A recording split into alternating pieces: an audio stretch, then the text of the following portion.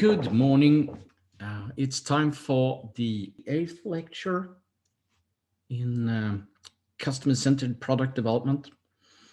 And we'll take a look at the link between innovation and strategy. And one of the key parameters that we need to take into account when we think about strategy is time, or maybe the illusion of time. We will see towards the end that we can think about this in different ways, and that changes perspectives. So what is time and so on? This is the question I hope you've been thinking a little bit about before we start now. So innovation and strategy. So yeah, repetition. You might remember or not that we were looking at value in layers, and high value. If you have high value, you can have a high price, but you need to be relevant to customers' needs. And if we see a trend, which we also saw in what we call the Kana model, that things that are fantastic gets embedded or included in expectations. So they now, of course, an experience will never be a raw material, but there's a pressure downwards here. So service that was once a personal service might be something that you do over the internet or something automatically. And then that's a commoditization of another sort, I would say. Right. So we need to think about this because now we are relating to strategy. So it's about competition, differentiated competitive position. We are different than the competitors, therefore we can get a price premium, which we can generate a better margin from, and we invest a little bit of that margin into further customization, differentiation, so we keep that little bit of extra premium for our products and services. So sustainable competitive advantage. Then we have the value model. We're going to relate to that a little bit when we talk about competition, what functions, needs, solutions, and so on. How do these different domains connect to competition when, as we do in modern strategy, look at the value proposition rather than the companies. So rather than, let's say, the past 15 years, focus has moved from the company to the value proposition and the idea that competition occurs as the customers choose between one alternative and another. And they don't really care so much about the company's resources or, I mean, the position. Well, the position is maybe not the source of an advantage, but a result of doing good products and services at the value proposition level. You had these old models with Porter's, Five Forces, and resource-based view and all that, but it's what's taught to students a bit still, but it's still useful to know, but the limitations are too big. The abstraction levels are too coarse or too poor resolution, so to say. Yeah, so we also talked about the information for product development decision. So this information can be divided into the domains according to the value model, but they come from different sources and concern different things. So one part is the customer side, and one part is the trends and how they develop. And then we have also data sources that are big maybe, but they are from previous patterns. That's most of the big data. So today, as we are taking a forward-looking perspective, we'll be looking more to the trend analysis side. So that's the repetition. I will contradict myself a little bit, but you will see that I'm not consistent. But I don't like timelines going from left to right anymore. And hopefully that will become clear why during today's lecture. Because strategy is forward movement, and making it from left to right makes it look very much like a consistently paced development that is neat and organized. But really, we don't have that situation when we think about it from a decision-making point of view. It's rather that we have something that gives us a direction, and that is some sort of a strategic purpose. So for Tesla, that might be to disrupt the car industry and force it into a sustainable engine. And so that's a purpose, that's the reason for existence, and could be formulated as an utopia or an objective that would be giving us the reason needed to not keep the company anymore. That's something that you cannot really say it's completed or you get there, but it still gives you a direction. So direction is related to goals, but it doesn't have to have a target. It could have, doesn't have to have. Now we also need to have guidance. So the reason for strategy, you can say, is to provide the organization with intentions. What are we doing and why? So that we can work rationally.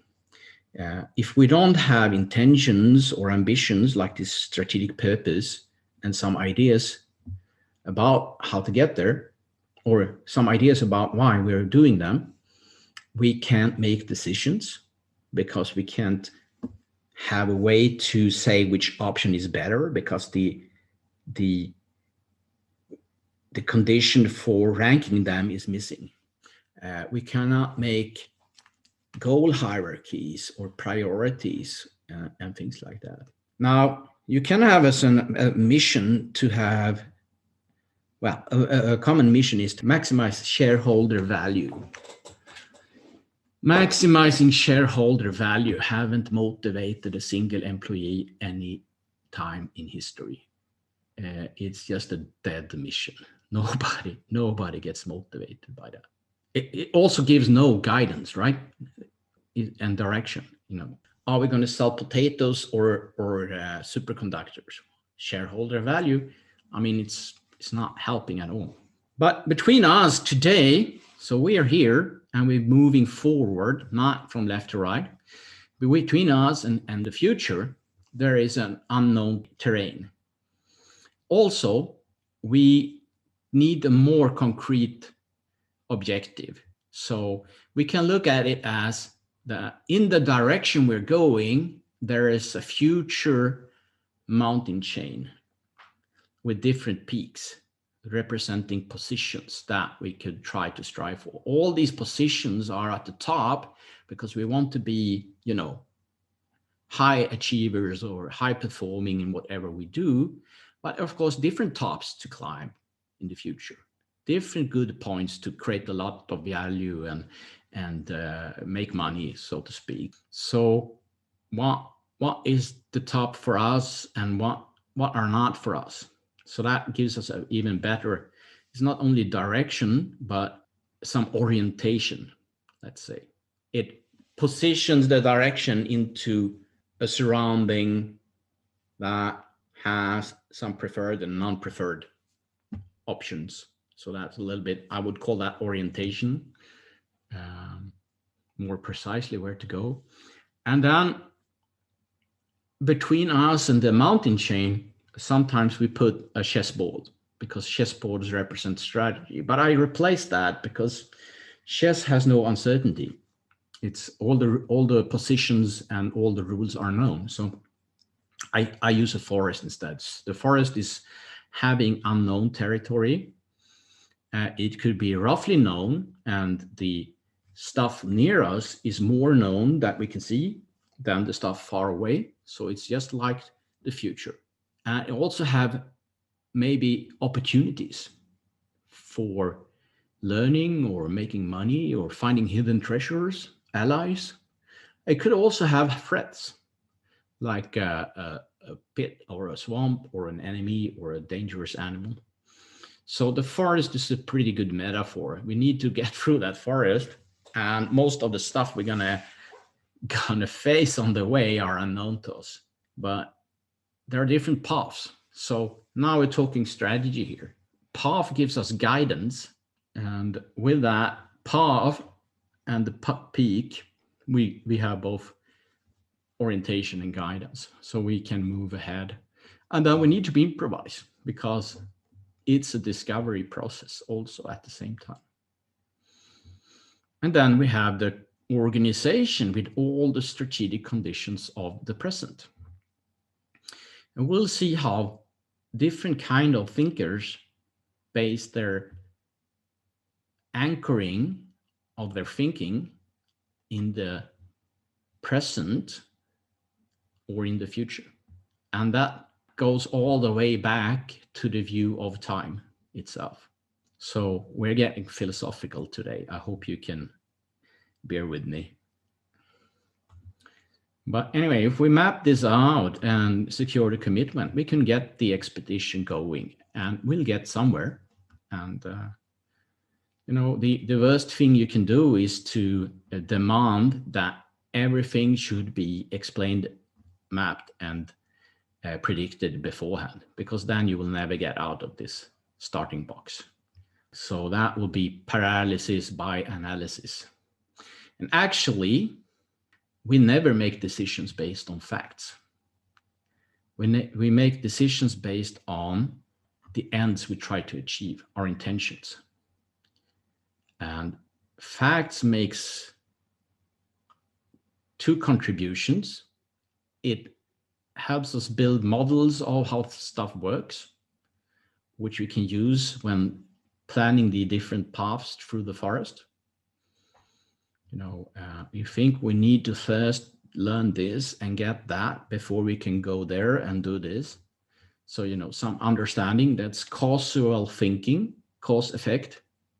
Cause effect thinking we derive from past experience, data, etc. That's how we work. And the other thing we do with facts is to look at different options and weed out the worst alternatives. This could be, we can overuse facts for that, because we might think that the facts are the truth, but they only represent a measurement of parts of the truth that we can have access to measuring. And a lot of it is not captured in the facts or in the data, let's say. If we don't do anything, who will be stuck here? So the cost of doing nothing is obviously very high. Connecting product development to strategy, you need to understand a little bit about how markets and technologies work. For innovative products and services and stuff that really change an industry, we call that transition. And if it's really dramatic, we can call it a disruption. And that follows some predictable patterns. So starting point is someone invents a new thingy and it has some functions. It will be pretty crappy, technically speaking, and only innovators will be interested in using it. But at some point, we improve it so that it becomes a bundle of functions and maybe services, and more companies. So this model on the left here is for B2B products that are innovative.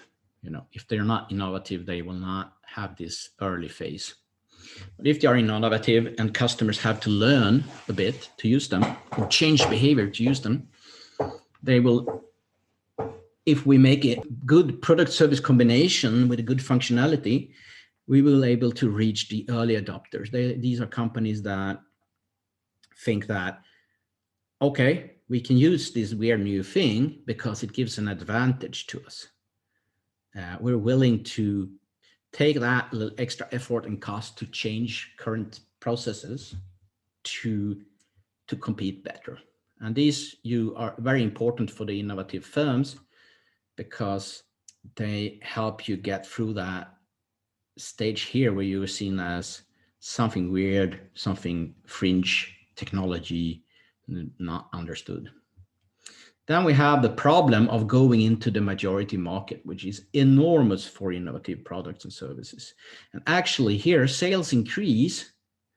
So the little startup might take in a lot of venture money, and then you can't get into the majority market because they are different customers than these early customers. And that's called the chasm. It's a big chasm between early market and majority market. But at this stage, we won't have much competition because this is a new thing, and we'll compete on problem solved, jobs to be done, feelings created. So it's these factors in the value equation numerator, the top of the value equation, problem solving capacity, that helps us compete against the current market alternative and other new products alternatives.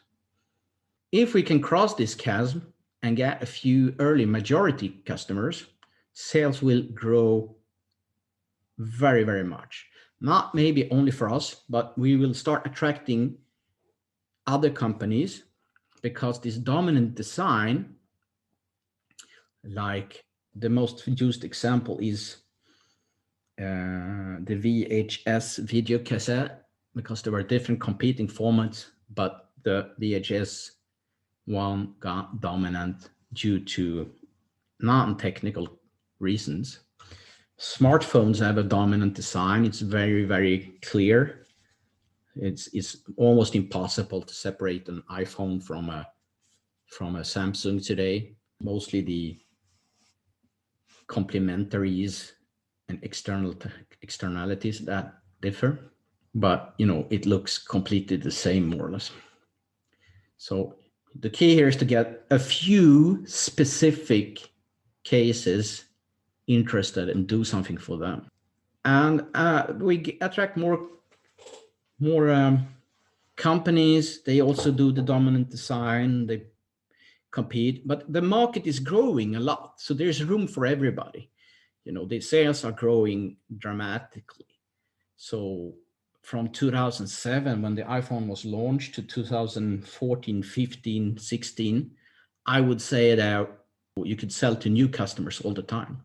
But when most customers start to have the new innovation, you have to take shares from the others, or get replacement sales and so on. And that becomes tougher, and growth starts to level off. You penetrated the market, and then you can go on for a long time with the laggards and try to compete here. So what happens here is that the first level of bundling here is to combine the different functions and some service to that dominant design product. But here, where the red ocean competition occurs, there's a bundling due to rivalry. Because the market isn't growing, we have to take other companies' customers in order to keep growing. So price, of course, is one part that's on the denominator of the value equation. Then we have service that reduces effort, right? Quality, brand, and so on and so forth. So these come in towards the end of a product or service life cycle. Now, innovation can come and extend that little curve multiple times. So this is, a archetypical or a model curve that describes the development. If you look at real innovations, it follows the pattern, but it might be a little bit here and then a little bit there and a little bit there and so on. Also, just keep that in mind. You can replace this axis with a performance of the product, and time you can replace with R&D investment. So the R&D investment drives performance, but at some point you reach physical constraints. What will happen is that at some point a new business model come in, and that is usually not having the same level of performance. So now we're on another curve here. They will get some sort of early customers, but they will not start at a low level of performance, but lower than the current market option. And it's always unbundled. It's only having one function.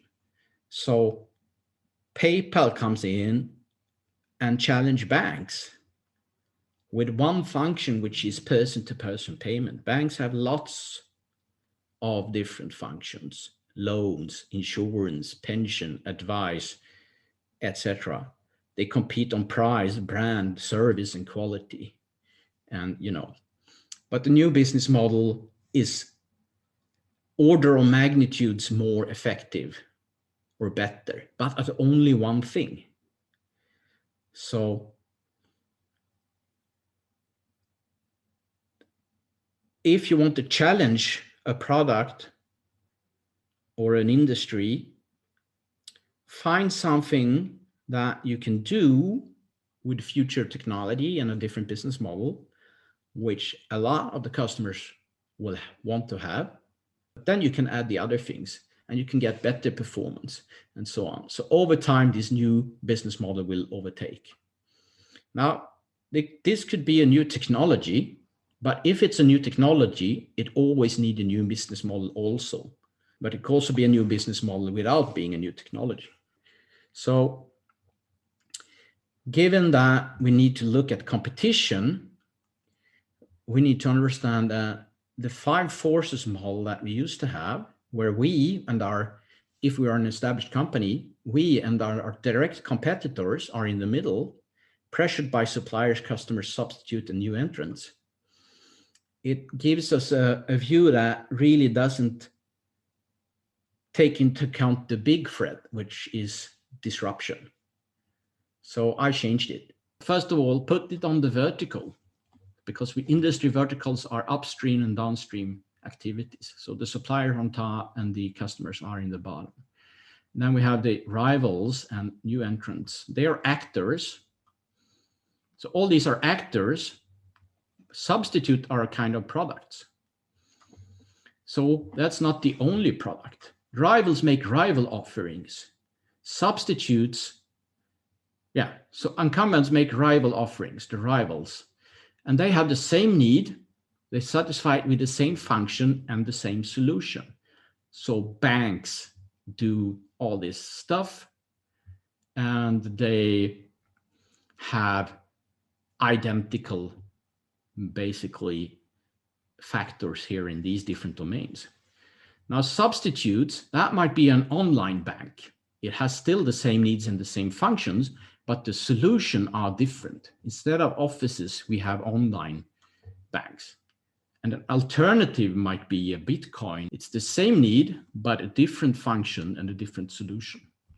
Or if you take having a nice evening, going to different restaurants, or going to the movie. The need of having a nice evening with someone is the same, but the functions and solutions are different. So a movie is an alternative to a dinner, but it's not a substitute. Okay, so rival offerings, which was the only thing we looked at in this model, rivals and substitutes, but they compete for a share of market, right? Taking customers from each other. Alternatives, they more compete for a share of wallet. They are completely different. And it's always new entrants that bring in the alternatives. And the alternatives can target underserved customers or non-customers. In this case, it's called a blue ocean strategy. But if they do that successfully, they will steal the mainstream customers also, a lot of them. And especially as they improve over time, it becomes a big problem and can cause disruption for the established players because they are not able to respond. They have so many solutions and processes in this area that they can't just throw it away and go over to this. They can do it early if they are willing to make some very difficult choices, but they never do. You almost never see it happen. So this is a dynamic view. Who could be an actor? So I talked to the head of strategy for EMEA at Electrolux, and he said, I'm not worried about Samsung and LG and those. I'm worried that somewhere in a garage, because all the great innovators work in garages, uh, somewhere in a garage, someone is inventing clothes that don't need to be laundered. So that's a pretty insightful way to look at competition and strategic development. Now, the mountain chain, it's in the future. And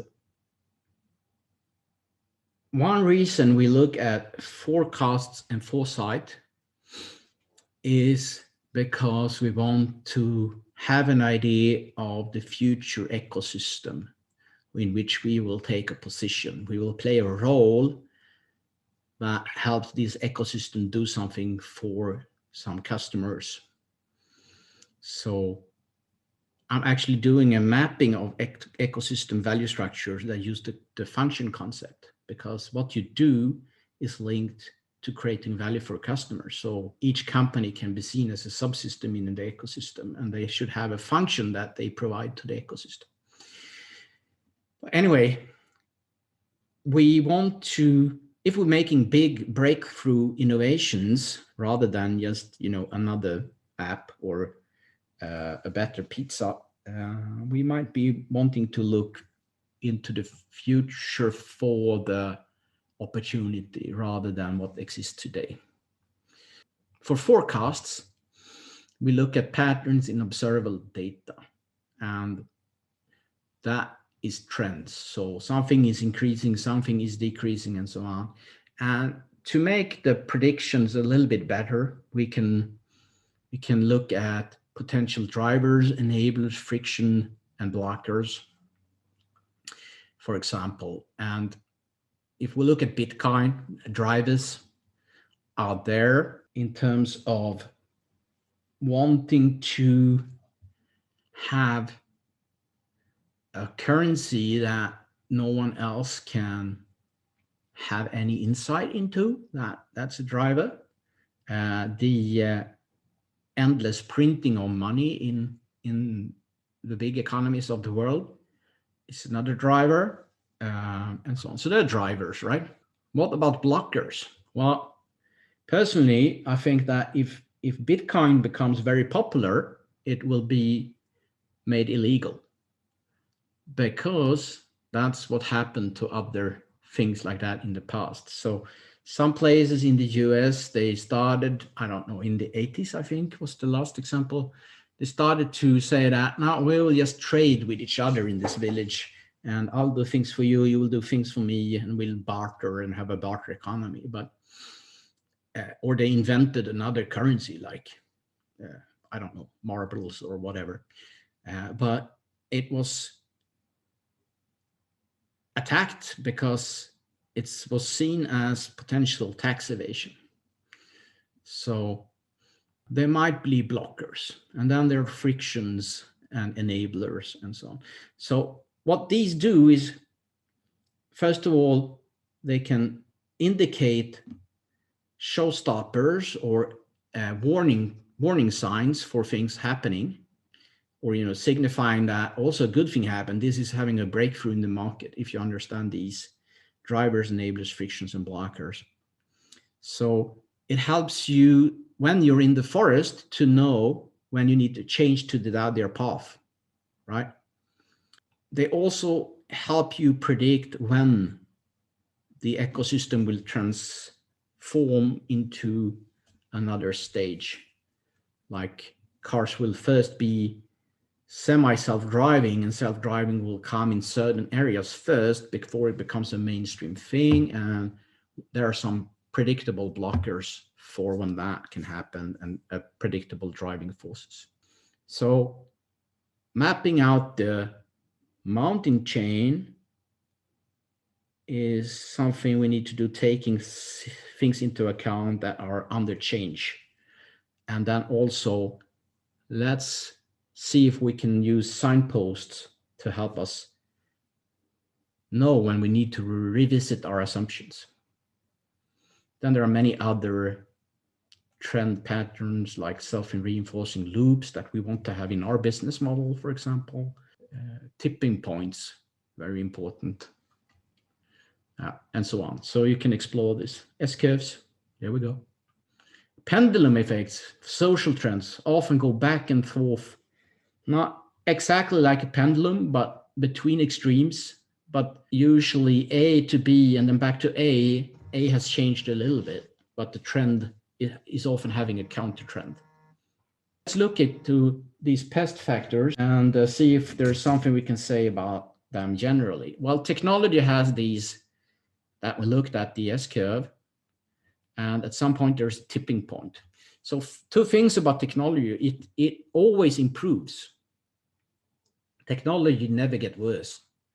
That's very useful to know, because let's say that you want to make something with graphene or some, let's say AI, even though it's something that is very difficult to have a fixed opinion about. You can know that in 5 years, when we're getting close to the mountain range, it will be better than it is today. So we can take that into account beforehand. Then we can also see that another predictable pattern is that we overestimate. This is the expectations of technology. They increase linearly. So we overestimate the technology in the early stages. And actually, here we have this, what we call that inflection point, usually preceded by failures. So when we have failures of AI and graphene seen in the market, it means that people start trying. So the inflection point is getting closer, not further away. Not all technologies make it.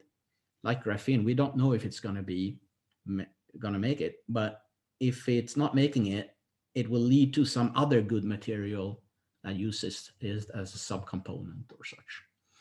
So we have too high expectations in the beginning, and then we underuse the technology because it can do more than we think. And this part here is really the Gartner hype cycle. It's about this early part here. If you integrate the distance here and extend this line, you will have low expectations in the beginning, then very high, and then they will come back to a reasonable level, and then it will become implemented technologies that we can rely on. So we can get help on technology trends. Note that all these points are different timelines. So yellow points have one timeline, blue points another. Social trends have another pattern. So we often see that tension in a society and complexity increases over time. And then at some point there is a crisis triggered by some very small and difficult to predict event. It falls apart, and this, let's say that we have a maximum of complexity. The reality falls into a new nearby local minimum of some sort, not maybe the optimal, and it's hard to say which one maybe, but then it starts over again. So the Arabic Spring is an example of this, where after many, many years of oppressive and non-democratic governments in Muslim countries, I think only 2 of 25 Muslim countries or something like that were democracies.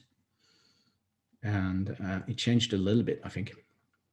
I remember it was some trader or a tradesman in Tripoli or something, and he torched himself or died, and that led to a number of different rebellions and protests and so on all over the Muslim world. And some of this didn't lead to much, and other things changed regimes and so on. But it's an example of how small things can make it tip over. It's like a house of cards. And that reason, it's hard to predict exactly what will make it happen and when, but you can see that some societies are under a lot of pressure. Another trend for social side is the decline of religion. This is from New Zealand, but I couldn't find a graph, but the pattern is same almost all over the world.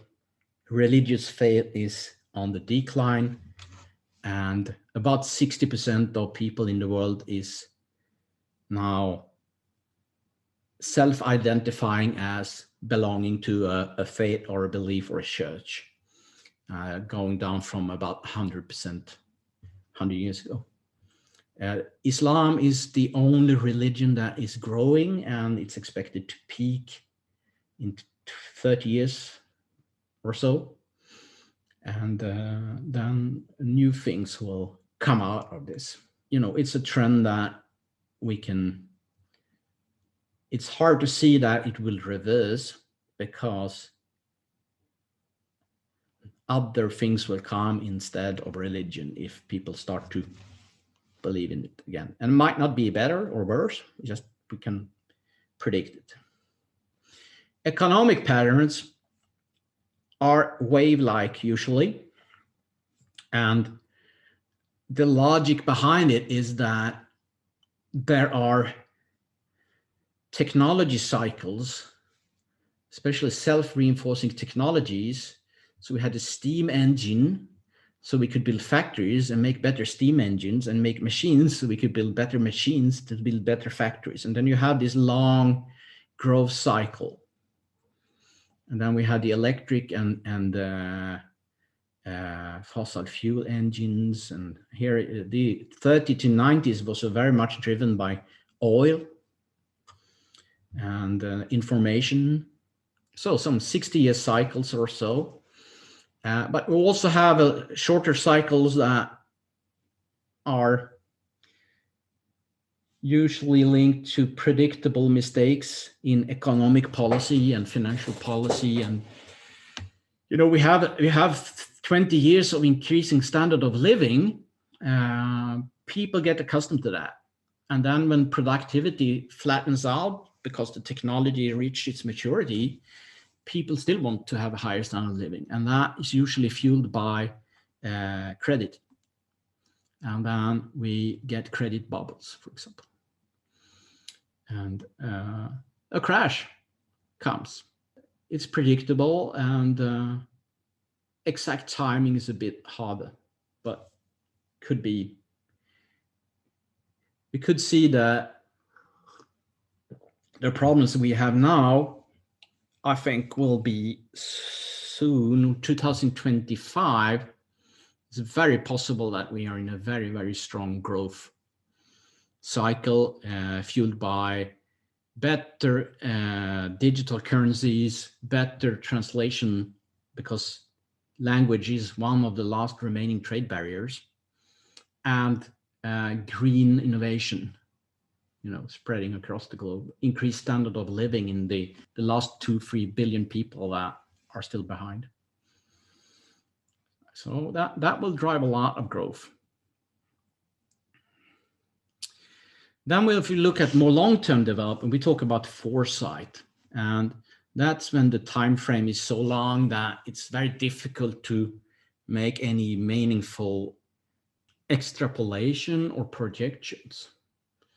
So what you do is that you build up a number of different scenarios for whatever mountain chain you're looking at. We call that a socio-technical system or socio-economic system. And we make strategies that would work in all of them, right? That's called robust strategy. I'm actually doing an article about it. Or we can make strategies that are adaptive.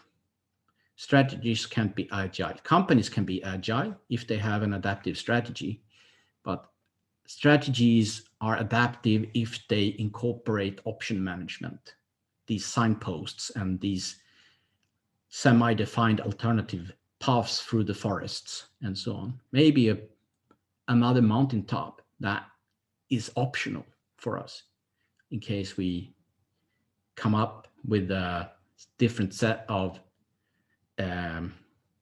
capabilities once we get into the future.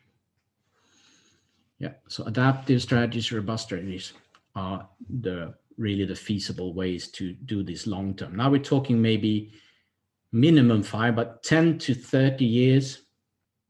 Standing here or standing in front of the forest, we are having the perspective of getting somewhere from some place. And of course, the place is always here and now. But if you're thinking that the future is uncertain, some things are nearby, we can do predictions about the nearby things. They get less accurate in the further distance into time. We can say that time is passing and our cause-effect reasoning makes us do choices. So we try to make the best bet for that fog. And the fog would be resolved as we drive. So we seek this robust adaptive strategy. Here, I think it's a pretty bad thing to stand on the left side of the road. We stand on the right, it's better. We see that it's a curve. Something is happening here. There's limitations of our path, and the fog is making it less clear. This is the strategist perspective. We try to make the best bet, maybe do a hedging bet, and time is passing, and in the future we need to be at some position, and we have certain means to deal with this. We have some goals, we have somewhere we need to be and results we want to achieve, and we have these means. So we have the factories, we have the workers, we have the capital, and that is the starting point. And then we know that 2 years from now, we want to have 10% more revenues, for example. That's a very comical way to look at strategy. It's not the strategy, just the goal taken from the air. It's but it's very common, and it's basically that we let the constraints of today be the starting point of our thinking. Now, if you look at thinkers like, and this is my analysis, but if you look at thinkers like Bill Gates and Elon Musk, to some extent Jeff Bezos, to some extent Steve Jobs, they seem to have a different viewpoint. So instead of thinking that time is passing, you can think that time is coming. And if time is coming, it means that most of it is in front of us. And it's also not that the future is determined but unknown. It's actually not existing yet. We are going to co-create it as we move along. And we can use what's called teleological reasoning instead of cause-effect reasoning, causal thinking. Teleological reasoning is that you do things for a purpose, right? So an explanation why an acorn is on the ground with cause-effect thinking is, well, the acorn is on the ground because it fell from the oak over there and bounced a little bit, and now it's here. A teleological explanation, which was common, for example, in ancient Greece, is that the acorn is on the ground here because it's going to be growing into a big, mighty oak tree. So this is just an oak tree in happening. And the oak tree will come. So that makes certainty an illusion. You can never be certain. There is no future to be certain about. But you can seek value. And you can think about what would be possible in that future ecosystem. So Elon Musk, when doing engaged in PayPal or even another bank service, it was like, in the future, we're going to be doing digital transitions because that works much better. So it's an analytical insight that makes them super, super sure about what's going to happen. How it's going to happen, when it's going to happen, and so on, is not something you can know, but you can be seeking the value created there with your innovative efforts and go for that position, right? So that makes you very, very unconstrained about what is, but you're very, very sure of what could be that you want to be. Similar with Elon Musk doing Tesla. He wanted to disrupt the car industry because cars need to be electric so we can reduce the climate burden and warming. So I will force them to change by making electric cars that are really better than theirs and sell them at competitive prices. And they will have to respond. You know, you can do lobbying for a billion years, but not get that to happen. But when you get something out in the market that customers like, and you know, I don't think in Sweden, most of the cars are sold to companies, new cars or leased. To private people, the sales were really low the 2 past years because they're waiting for cheaper electric cars. They don't want that noisy old shit tractor stuff with all the problems and costs. It's just not, buy a used car if you can't afford a new one, but who would want to have a fossil fuel car in 5 years? Nobody. It's just going to be, it's like having a horse today to get to work. Nobody has a horse. So the possibility-based reasoning is a different tool. And the thing is that it might be helpful. Now, of course, even though you do this, you might not succeed with every idea you have. It's more than just being visionary about the future and so on. But if you're visionary and have an analytical grounding, then you become very confident in creating something that never existed. And that helps you to persuade others because you need other people to work with you. So not that some is wrong or some is right, but it's very, very different. And doing this perspective, you would do an analysis of the market and see that electric cars is a very, very small segment or niche, and we shouldn't go for it. There's no strategic analysis that will make you come up with a decision to make electric cars. Still, it seems that it can be done. Okay. So we have a demand side. The demand side is fairly stable. What happens is that the standard of living of people around the world is increasing steadily, but the needs are fairly stable. We get conditions around our lives that, you know, comes into new solutions needed. So for example, we need social media more because people we know live more around the globe. But it's also the opposite, that people can take jobs far away because they can Skype with friends and relatives. So this dynamic is developing, but you know, we need belonging, we need to make a living, we need to have food and feel appreciated and so on. The needs are there. They might come out in different forms. Functions, solutions especially change all the time. And solutions is on this side. So we have different capacities. So we have a demand side on an opportunity, an unmet market need, latent or existing, but the development on the possibility side is something where we can be forward-looking with a little bit more creativity.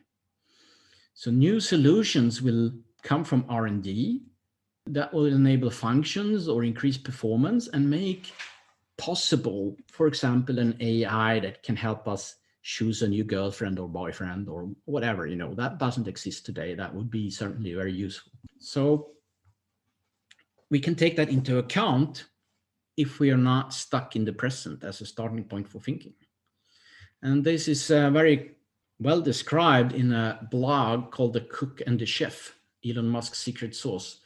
It's a very long one. I always wanted to make a shorter version of it, but it really follows Elon Musk's thinking and how he is thinking differently and thereby come up with completely different conclusions. Now, he often talks about first principle reasoning, which I think is actually he's overvaluing that reasoning in itself. But what it does is that it helps him not starting from constraints and from today. So I'm not sure that the reasoning is optimal in any way, but it's different from the other reasoning, which will make you not try to do rockets. Okay, so just because it's not that reasoning, it is still helping him. Now, looking at his foresight, it feels like things that are possible today, that's something normal people think, we have these things, but Elon Musk, he can, say that things will be possible in the future. He knows that, but it's not the case. And this is just a map of different biases and so on, but one of them is the recency bias and another is availability bias. So we are making our estimates based on what we have around us. But if you go away from that, we can see that what we see around us today are things that were possible 10 to 50 years ago already. And Elon Musk looks at things that are possible today. They are not just seen around us yet. Reality has not catched up with the possibilities that are existing. It will take some time. So already by looking at what will be available or possible into our development plan, we are already ahead. And we don't need to look at future technology. We can look at the edge of current technologies and be ahead. So that's another reason you can be fairly confident. If you just have the money and the network and the resources, you can create something that will never be an opportunity in a strategic analysis using technologies that nobody uses, and still it's fairly okay. It's not less likely to succeed. You need to understand the chasm curve, and that people won't understand it at first, and you have to educate people, but that's a marketing problem. So don't be too afraid of trying and stretching. Just be smart. Do it analytically and ask the critical questions. One thing you can realize if you really have an idea that is a little bit visionary is, of course, that you don't know anything. You don't know shit, as they say in this blog post. That's the first thing to realize. You don't know shit. You don't know how to build rockets. You don't know how to use rockets, sell rockets, anything of that. The second thing to realize is that nobody else knows shit either. So you don't have any disadvantage, really. There's some people that know parts of it. Some people know parts of how to build a rocket. Can we get those interested in helping us? Can we go and talk to those people that need rockets and see what would be the price point and the service level where you'll be interesting to buy something or invest? Would you be investing in the development even? Can you use customers' money? That's really something. Can we look at constraints that could be and see which ones that can be removed? Yeah, we can do all this. We don't know shit from the start, but we can address all those uncertainty points with relatively little investment in time and money. So it's easy to know more than shit. It's not so difficult.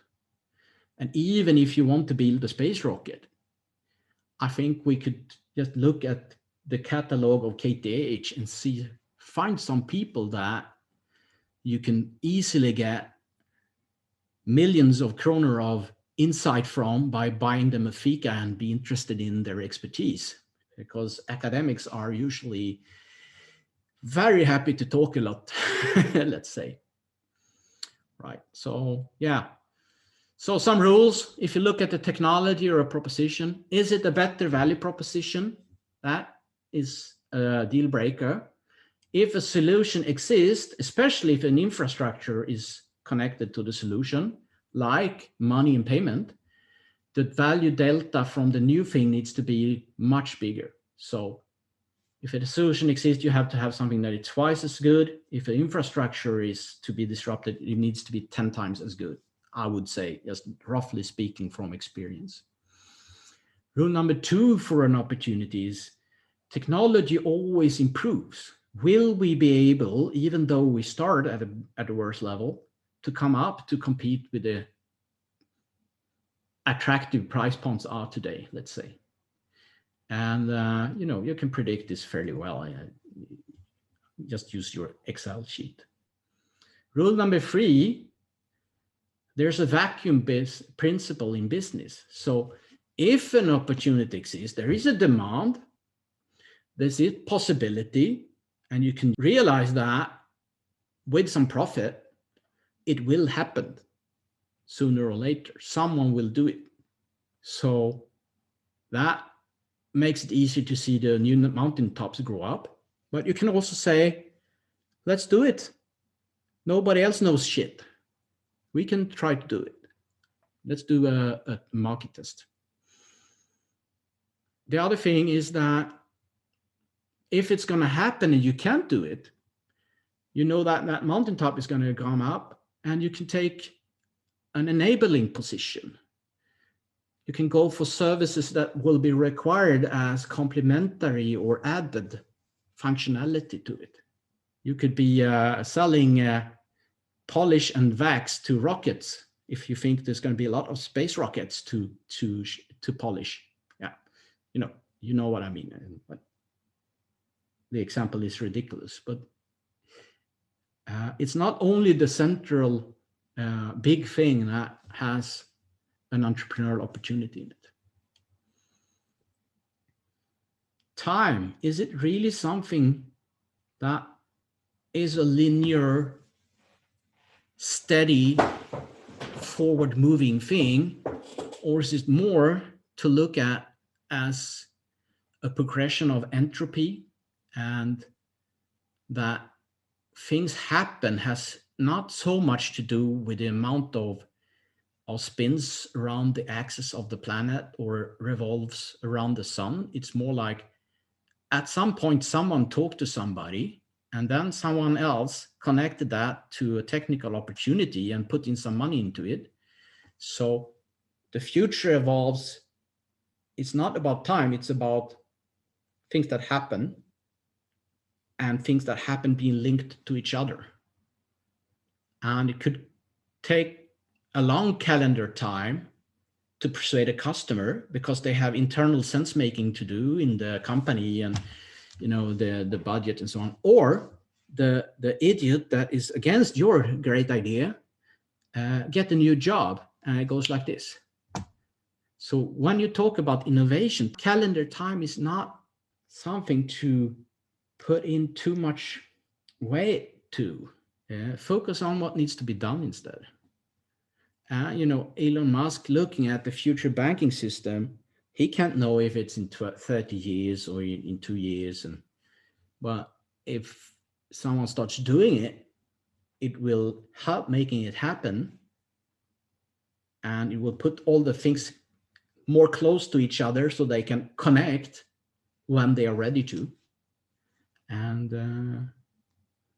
that maybe is more how to look at it. If you want to be a super innovator, if you really look at the extreme of innovation, I don't think time is something that is too important. So are we in the end of the beginning of time? Well, now it's 2021, but we can write it like this. And then we're suddenly in the beginning of time. And there's a lot ahead of us. And yes, that little shift of perspective makes a huge difference in how you view the possibilities of the world, the technologies, the collaborations you can make, and the future you can have. So this is a pretty good thing, I think, to stop and conclude the course. I think that I want to wish you good luck, and don't be afraid. Most things we are afraid of are not dangerous. You're afraid of failure, they're not dangerous. You're afraid of looking like a crazy person. Well, you can't have an innovation that people don't think is crazy at first glance. I mean, if they think it's reasonable, it's not an innovation, really. Instead, go on expeditions, and what is not important. What you know can be changed, and keep on going, and good things will come out. And you might not become billionaires, but you will have very interesting lives and contribute a lot more than if you are governed by fear and constraints rather than ideas and possibilities. And you don't really have to have courage. You just have to refuse to be afraid. So thank you for today, and I wish you good luck.